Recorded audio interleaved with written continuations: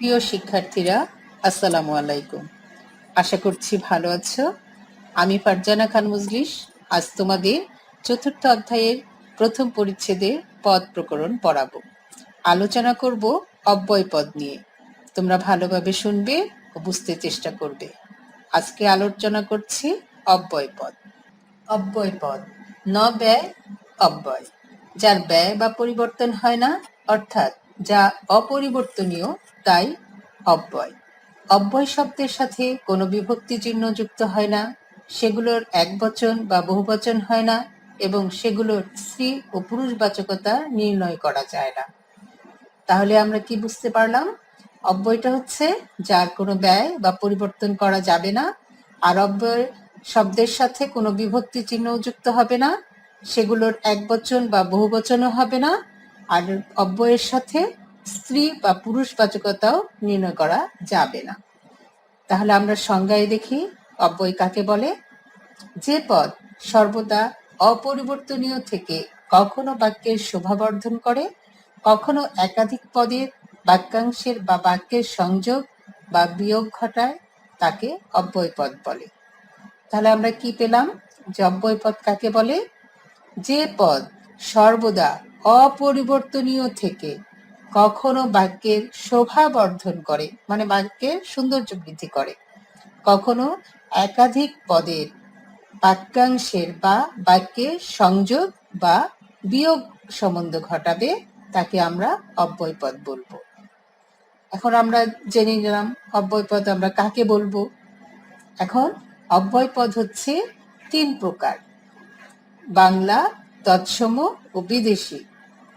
সংজ্ঞায় বলতে গেলে বা উদাহরণ যদি আমরা বলতে চাই ভালো করে, বাংলা ভাষায় 3 প্রকার অব্যয় শব্দ রয়েছে: 1 বাংলা অব্যয় শব্দ, 2 তৎসম অব্যয় শব্দ, 3 বিদেশি অব্যয় শব্দ। এবার আমরা জেনে নিই কোনটা কোন অব্যয় শব্দ। 1 যেহেতু বলেছি বাংলা অব্যয় শব্দ, সেটা কি কি? আর, আবার, ও, হ্যাঁ, না ইত্যাদি।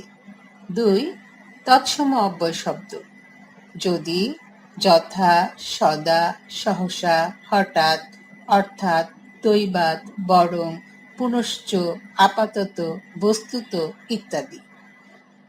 এবং ও সুতরাং তৎসম শব্দ হলেও বাংলায় এগুলোর অর্থ পরিবর্তিত হয়েছে। সংস্কৃতে এবং শব্দের অর্থ এমন, আর সুতরাং শব্দের অর্থ অত্যন্ত অবশ্য। কিন্তু এবং সমান সমান ও বাংলা, সুতরাং সমান সমান অতএব বাংলা। তাহলে আমরা তৎসম অব্যয় শব্দ দেখলাম 3।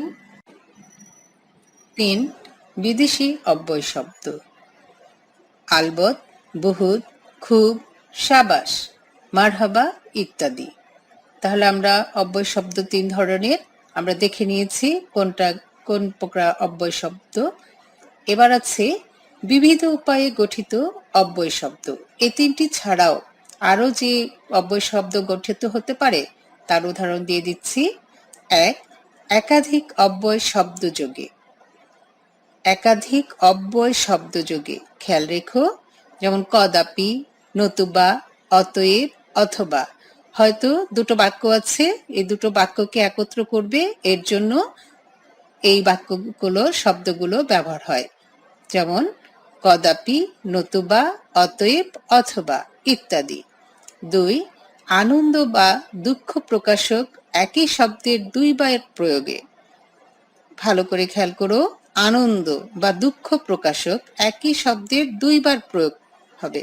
যেমন ছি ছি, আমরা বলি না ছি ছি তুমি কি করেছো। ধিক ধিক, যে আমরা এর আগে উদাহরণে পড়েছিলাম, ধিক ধিক, শতধিক, নির্লজ্জ যেজন। বেশ বেশ, হ্যাঁ কাজটি তুমি ভালো করেছো, বেশ বেশ ইত্যাদি 2 বার ব্যবহার হবে। 3 দুটি ভিন্ন শব্দযোগে, মানে দুটো ভিন্ন অর্থ শব্দ থাকবে। মোট কথা, হয়তো, যেহেতু, নইলে। আমরা সব কথার পরে বলি না মোট কথা হচ্ছে এটা, হয়তো এই কাজটা রহিম করে থাকবে, যেহেতু সে গিয়েছে সে এই কাজটা করে থাকবে। এই যে বলি যে দুটি ভিন্ন শব্দ যোগে করি, এটাও অব্যয় শব্দ গঠন করা যায়। 4, অনুকার শব্দযোগে। অনুকারটা হচ্ছে ধ্বনি, কোনো কিছুর ধ্বনি, যেমন কুহু কুহু। কুহু কুহু কি? কোকিলের ডাক। গুনগুন, কেউ যদি চুপে চুপে গান গায় আমরা বলি গুনগুন। ঘেউ ঘেউ, কুকুরের ধ্বনি। শন শন, বাতাসের ধ্বনি। ছল ছল, যে চোখ দিয়ে হয়তো পানি এসেছে, এই পানির শব্দ ছল ছল। কনকন, আমরা ঠান্ডার ক্ষেত্রে ব্যবহার করি। কারণ অনুকার শব্দ থাকবে দুটো একই ধরনের। তাহলে আমরা বিবিধ উপায়ে গঠিত অব্যয় শব্দ পেলাম। 1, একাধিক অব্যয় শব্দযোগে। 2, আনন্দ বা দুঃখ প্রকাশক একই শব্দের 2 বার প্রয়োগে। 3, দুটি ভিন্ন শব্দযোগে।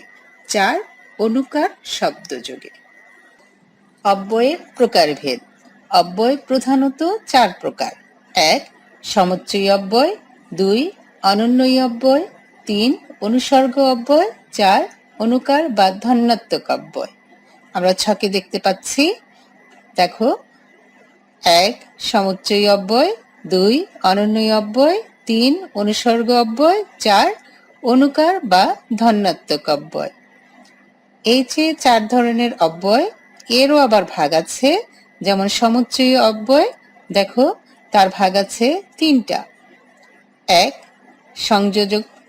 খ, বিয়োজক। গ, সংকোচক। তাহলে সমচ্চয়ী অব্যয় 3 ভাগে বিভক্ত হলো। ক, সংযোজক। খ, বিয়োজক। গ, সংকোচক।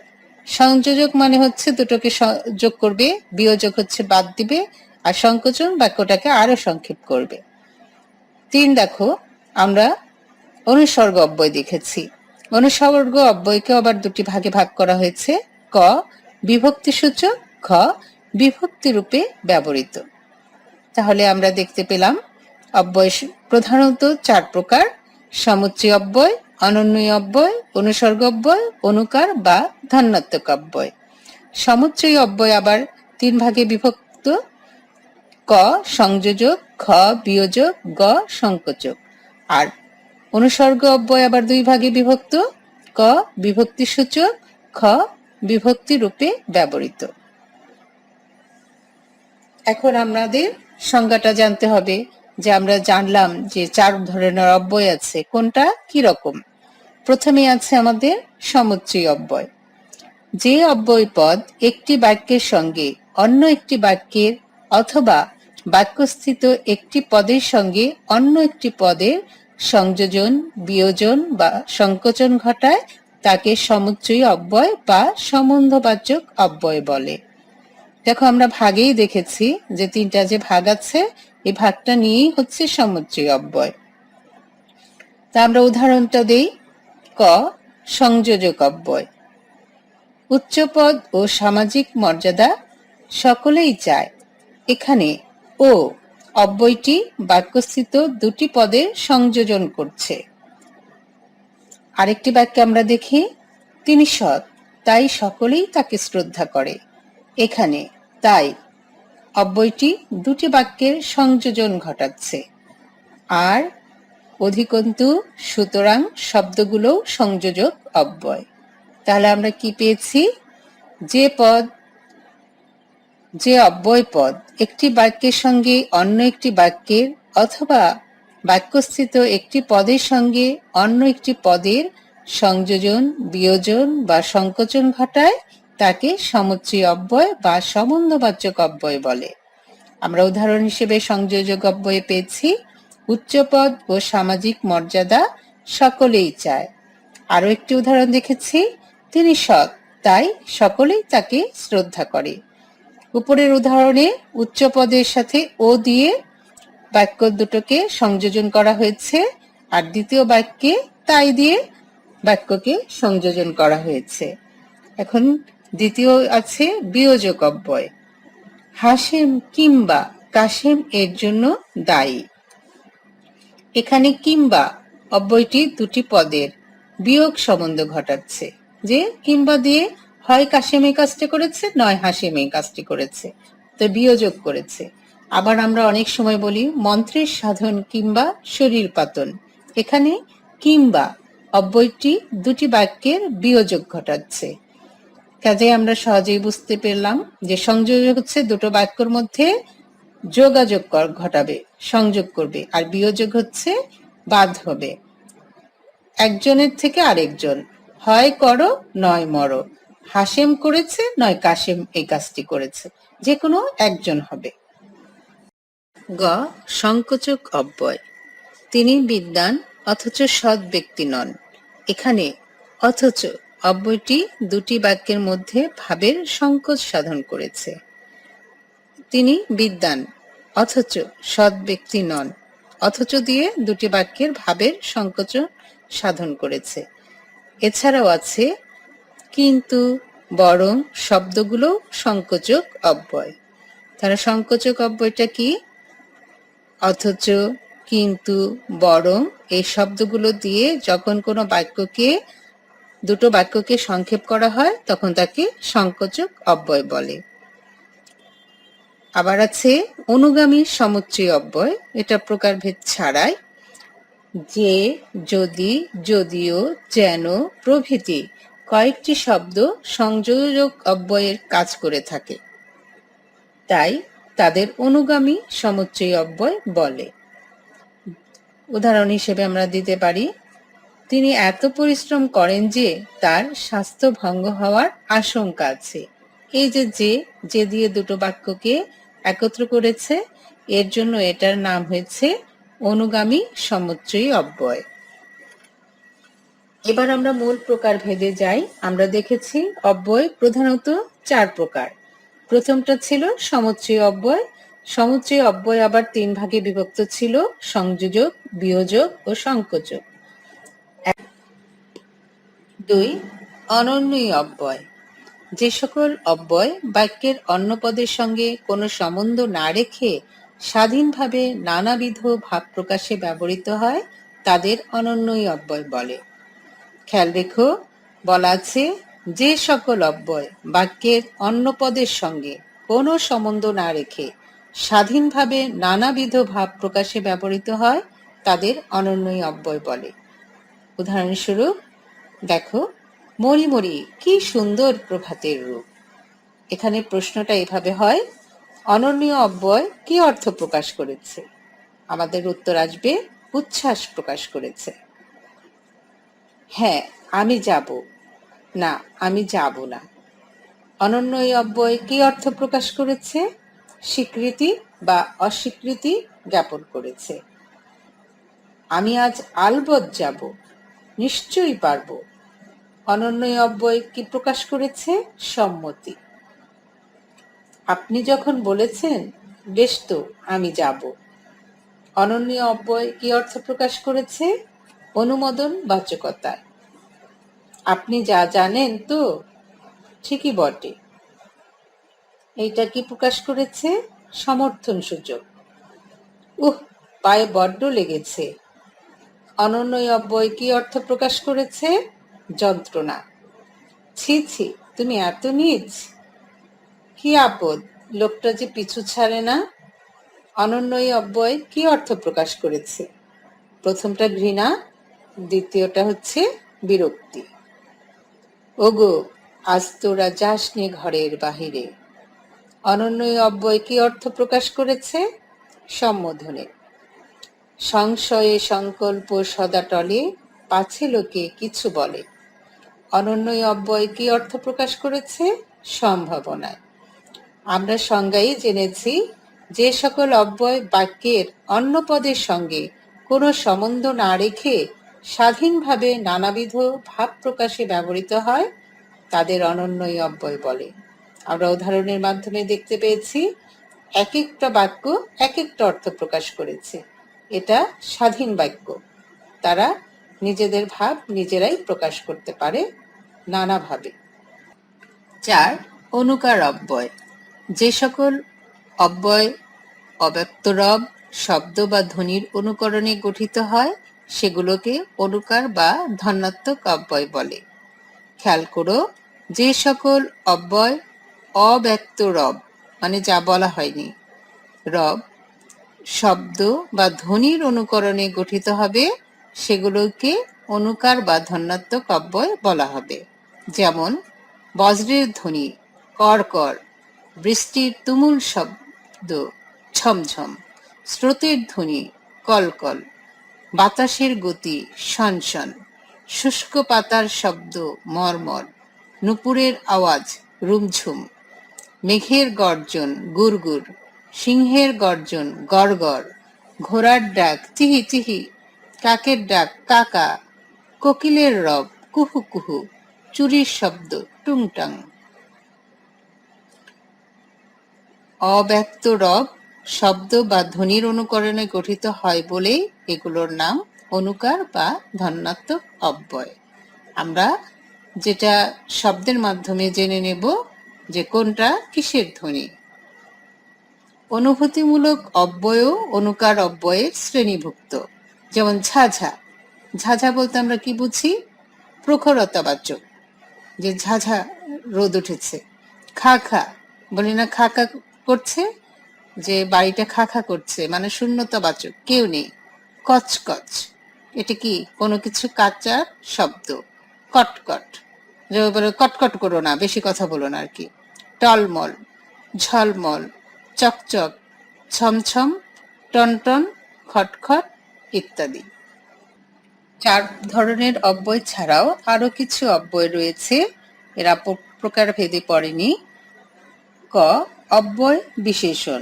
কতগুলো অব্যয় বাক্যে ব্যবহৃত হলে নাম বিশেষণ, ক্রিয়া বিশেষণ এবং বিশেষণীয় বিশেষণের অর্থবাচকতা প্রকাশ করে থাকে, এদের অব্যয় বিশেষণ বলা হয়।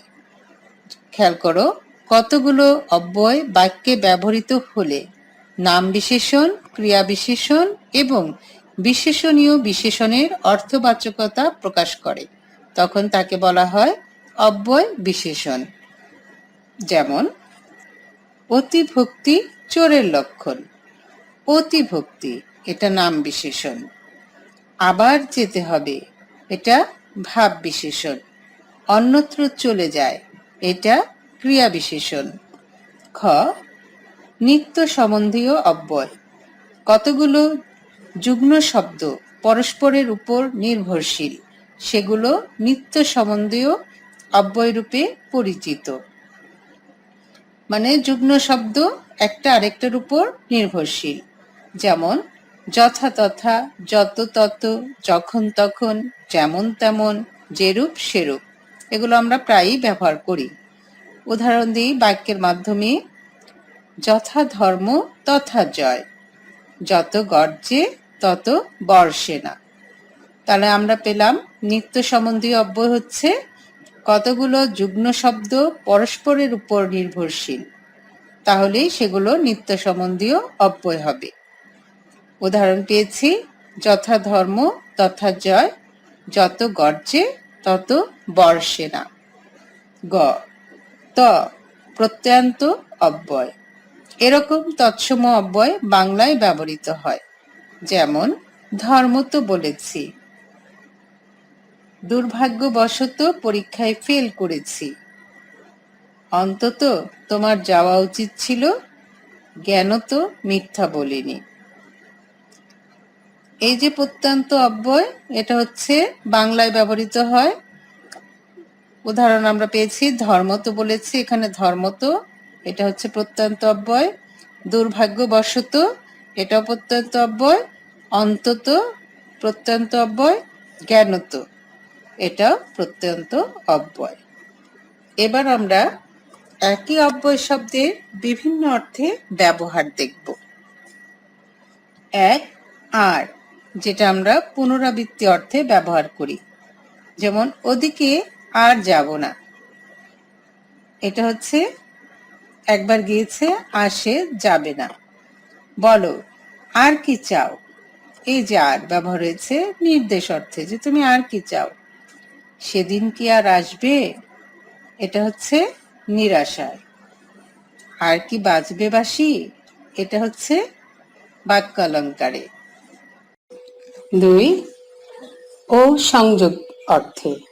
করিম ও রহিম দুই ভাই, ও দিয়ে যুক্ত হয়েছে। আজ বৃষ্টি হতেও পারে, হতেও মানে সম্ভাবনায়।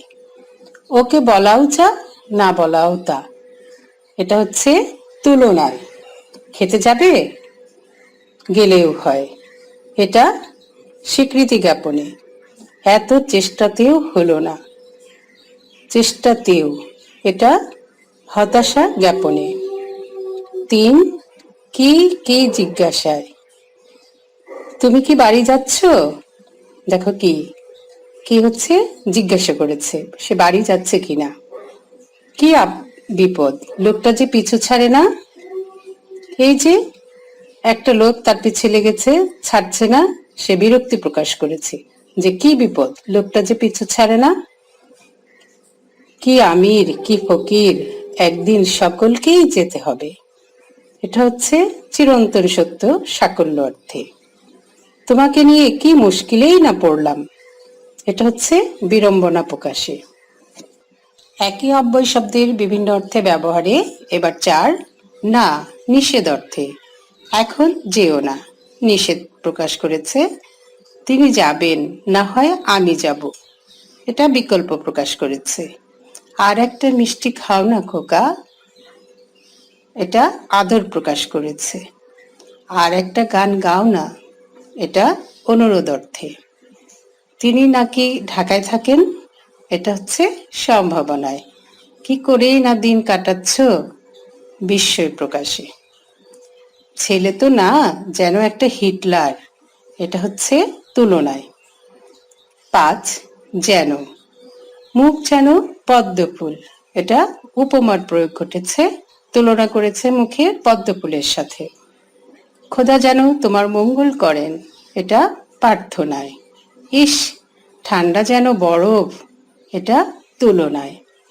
লোকটা যেন আমার পরিচিত মনে হলো, এটা অনুমান করছে।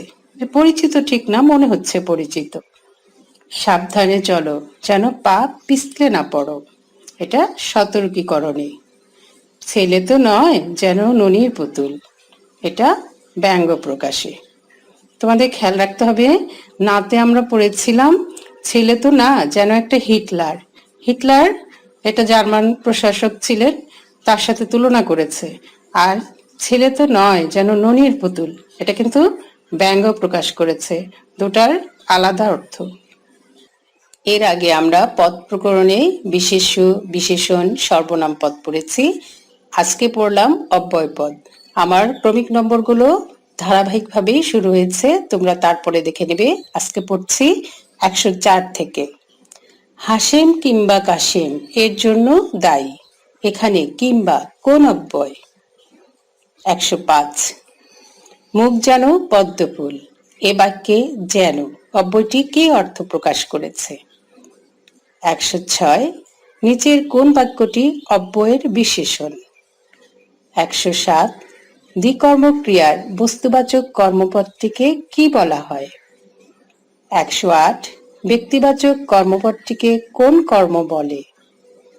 109, কোন ক্রিয়া একজনের চালনায় অন্য কর্তৃক অনুষ্ঠিত হয়? 110, কোনটি সর্বনামের বিভক্তিগ্রাহী রূপ? 111, কোন ক্রিয়া ধাতুর পূর্বে বর্তমান, অতীত বা ভবিষ্যৎকালের বিভক্তি যুক্ত হয়ে গঠিত হয়? 112, স্বর্ণময় পাত্র এই পদটি কোন ধরনের বিশেষণের উদাহরণ? 113, ছেলেটি ভেউ ভেউ করে কাঁদছে। ভেউ ভেউ কোন জাতীয় অব্যয়? 114, তাকেও আসতে বলেছি। এখানে ও অব্যয়টি কি অর্থে ব্যবহৃত হয়েছে? 115, হে দারিদ্র তুমি মোরে করেছ মহান। এখানে হে অব্যয়টি কোন ধরনের? 116, বিচিত্র এর বিশেষ্য পদ কোনটি? 117, ব্যতিহারিক সর্বনাম নিচের কোনটি? 118, কোনটি নিত্য সম্বন্ধীয় অব্যয়? এর উদাহরণ। 119, সর্বনামের বিশিষ্ট প্রয়োগে দিন, অধম, বান্দা শব্দগুলো কি প্রকাশে ব্যবহৃত হয়? 120, আর, আবার, ও এগুলো কোন প্রকারের অব্যয় শব্দ? 121, রহিম কিংবা করিম এর জন্য দায়ী। এখানে কিংবা কোন অব্যয়? 122, মরি মরি কি সুন্দর প্রভাতের রূপ। এখানে অনন্যই অব্যয়ে কি প্রকাশ পেয়েছে? 123 কোনটি বিদেশি অব্যয়? 124 কিসের ভেদে ক্রিয়ারূপের কোনো পার্থক্য হয় না? 125 কোনগুলো গুণবাচক বিশেষ্য? 126 কোনটি খাঁটি বাংলা অব্যয় শব্দ? 127 কোনটি অনন্যই অব্যয়?